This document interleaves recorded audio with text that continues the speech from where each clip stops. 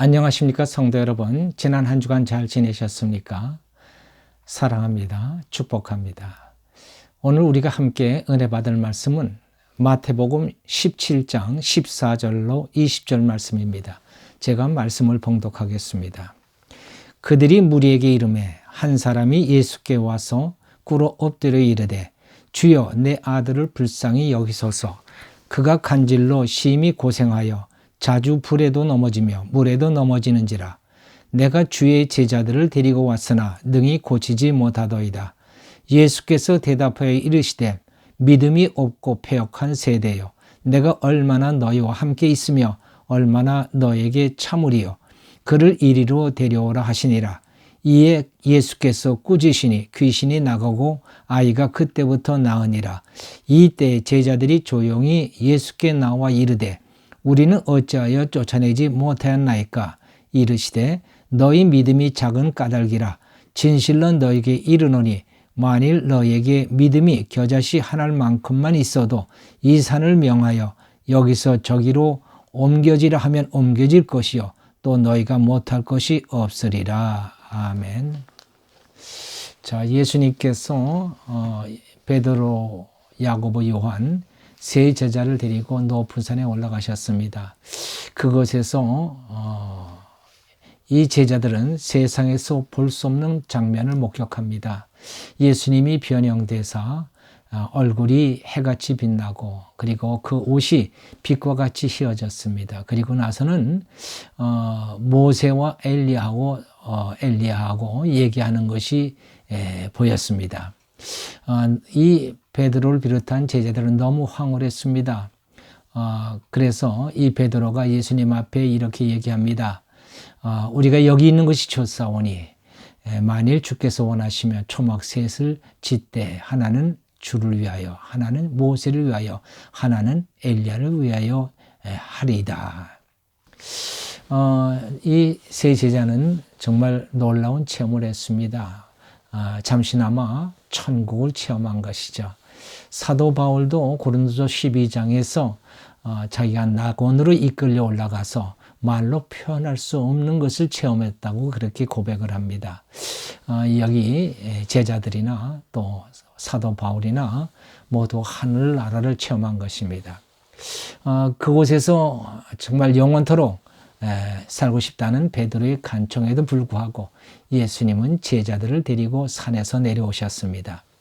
아무리 저 세상이 좋아도 우리가 살아야 할 곳은 저 세상이 아니라 이 세상이라는 것입니다. 오늘 본문은 산 위와 산 아래를 상징적으로 보여주고 있습니다. 산 위는 하늘나라, 평화의 나라, 눈물도 고통도 근심도 슬픔도 없이 살아가는 나라, 그것을 말하지만은 이 산 아래는 이 세상의 온갖 문제로 더 뒤범벅이 되어 고통과 근심과 슬픔과 씨름하는 곳입니다. 이 산 아래의 모습을 오늘 저희들이 읽은 본문 말씀을 통해서 단편적으로 보여주고 있습니다. 간질을 앓는 아들을 둔 아버지가 있습니다. 그는 참으로 고통스러운 삶을 삽니다. 이 간질이 걸린 아들은, 간질병을 앓는 아들은 언제 어디서 발작할지 모릅니다. 불에도 넘어지고 자주 불에도 넘어지고 물에도 넘어집니다. 이 아들을 보는 아버지의 마음은 찢어집니다. 그리고 한시도 마음을 놓을 수가 없습니다. 이 세상을 살아가는 사람치고 문제없는 사람이 어디 있겠습니까? 어떤 사람은 질병으로, 어떤 사람은 부부의 갈등으로, 또 어떤 사람은 직장의 문제로, 또 어떤 사람은 재정적인 문제로 정말 고통하며 근심하며 살아갑니다. 본래 이 세상은 가시덤불과 엉겅퀴로 무성한 정글과 같은 것입니다. 가시덤불은 우리의 삶을 찌르고 그래서 고통스럽게 합니다. 엉겅퀴는 우리의 자유를 속박해서 우리로 하여금 정말 억압된 삶을 살게 하는 것입니다. 이것이 바로 우리 삶이라고 하는 것입니다. 우리 인생의 숙명이죠. 간질을 앓는 아들을 데리고 온 아버지는 제자들에게 아들을 고쳐달라고 부탁을 했습니다. 그러나 제자들은 이 아들을 고쳐주지 못했습니다. 그때에 예수님께서 산에서 내려오셨습니다. 아버지가 예수에게 달려가서 당신의 제자들에게 부탁했으나 이들이 내 아들을 고치지 못했습니다. 그러자 예수님께서 제자들을 꾸중하십니다. 믿음이 없고 패역한 세대여, 내가 얼마나 너희와 함께 있으며 또 얼마나 너희를 참으리요, 이렇게 말씀하십니다. 여기서 믿음이 없고 패역한 세대라고 말씀하십니다. 말하자면 제자들이 그 병을 고치지 못한 이유가 믿음이 없기 때문이라는 것입니다.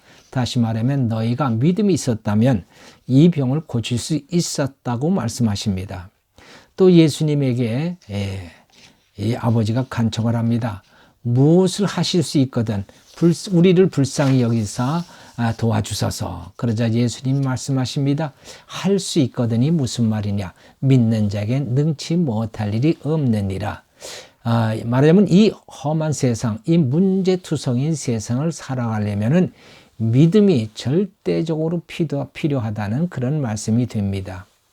하나님께서는 우리를 그 좋은 나라, 하늘나라로 데려가는 대신 하나님은 우리에게 믿음을 주셨습니다. 이 믿음을 가지고 이 세상을 살아가라고 하는 것입니다.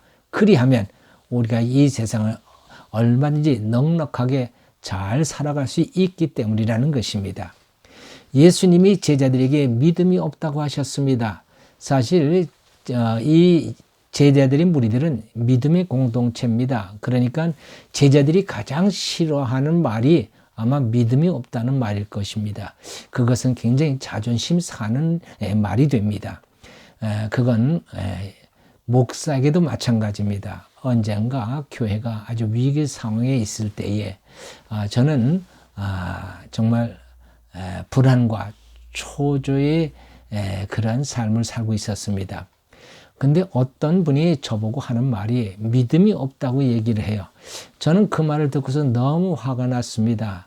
그리고 자존심이 상했습니다.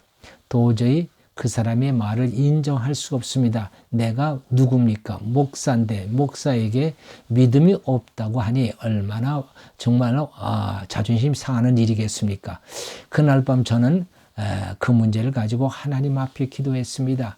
기도하는 중에 믿음이 없다는 사실을 깨닫게 되었습니다. 하나님께서는 이사야 43장 1절로 2절에서 이렇게 말씀하셨습니다. 너는 내 것이라. 네가 강 가운데로 지날지라도 물이 너를 침몰치 못할 것이며 네가 불 가운데 지날지라도 불이 너를 사르지 못하리라. 하나님께서는 내게 이렇게 말씀을 하셨는데 나는 지금 어떻습니까? 나는 불안과 초조의 삶을 살아가고 있습니다.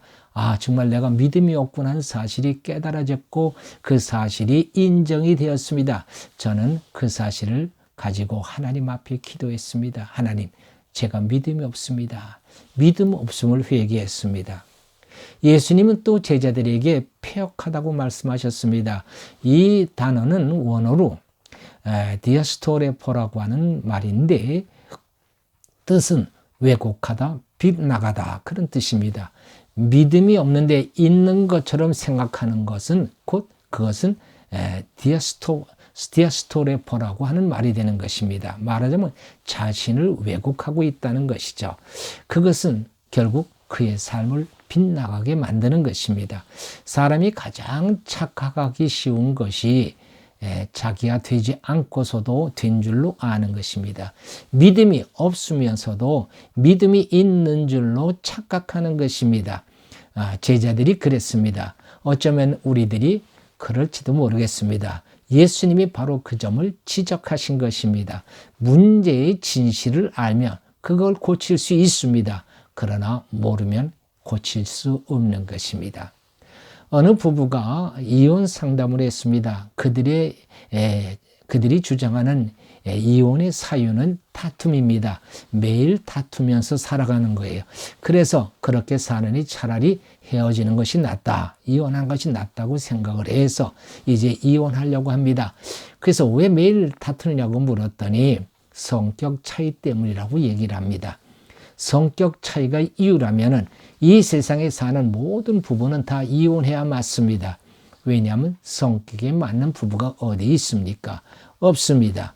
문제의 진실을 제대로 그들은 알지 못하고 있는 거예요. 사실 그들이 계속 다투고 있는 까닭은 성격 차이가 아니라 사랑이 없기 때문인 것입니다. 사랑이 없기 때문에 그들은 매일 다투고 있는 거예요. 만약에 그들이 그 문제의 원인을 성격 차이라고 생각한다면 그건 고칠 수 없습니다. 그러나 사랑이 없다는 사실을 알고 나면은 그들은 노력할 것입니다. 사랑하기 위해서 노력할 것입니다. 그러면은 그 문제를 해결할 수 있는 것입니다. 우리는 문제의 원인이 무엇인지를 알아야 합니다. 나를 고통스럽게 하고 나를 근심하게 만드는 문제의 원인이 무엇인가? 그 문제는 질병이 아닙니다. 또 재물도 아닙니다. 또 실력도 아니고 백그라운드도 아닙니다. 문제의 원인은 바로 그런 데 있는 것이 아니라 믿음이 없다는 사실을 알아야 합니다. 믿음 없는 것이 그것이 문제입니다. 여기 간질병을 고치지 못하는 제자들에게 예수님이 뭐라고 말씀하셨습니까? 믿음이 없다고 말씀하셨습니다. 이 병이 너무 심하구나. 그래서 너희가 고치지 못했구나. 라고 말씀하지 않으셨습니다. 너에게 믿음이 없다고 말씀하셨습니다. 그것이 바로 문제라는 겁니다. 그러자 이 병자의 아버지가 예수님 앞에 부르짖습니다. 할 수 있거든. 우리 아들을 고쳐주세요. 그러니까 예수님이 말씀하십니다. 할 수 있거든이 무슨 말이냐? 믿는 자에게 능치 못할 일이 없느니라. 그러니까 아버지가 외칩니다. 내가 믿나이다. 나의 믿음 없는 것을 도와주소서. 그랬더니 예수님이 그 아이를 고쳐주셨습니다. 믿음 없는 것을 알고 믿음을 도와달라고 간청하면 하나님이 우리에게 믿음을 주시고 우리의 문제를 해결해 주십니다. 나중에 제자들이 예수님 앞에 조용히 물었습니다. 우리는 어찌하여 쫓아내지 못하였나이까? 주께서 이르시되 너희 믿음이 작은 까닭이라. 만일 너희에게 믿음이 겨자씨 하나만큼만 있어도 이 산을 명하여 여기서 저기로 옮겨지라 하면 옮겨질 것이요 또 너희가 못할 것이 없느니라 말씀하십니다. 말하자면요, 겨자씨 하나만큼의 믿음만 있어도 산 같은 문제라도 해결할 수 있다는 뜻입니다.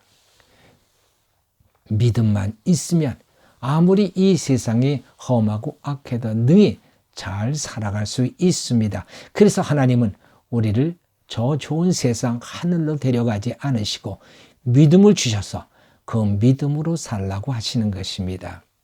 창세기 1장 28절을 보면은 하나님이 사람을 창조하시고 복을 주셨습니다. 그리고는 3가지를 명령하셨습니다.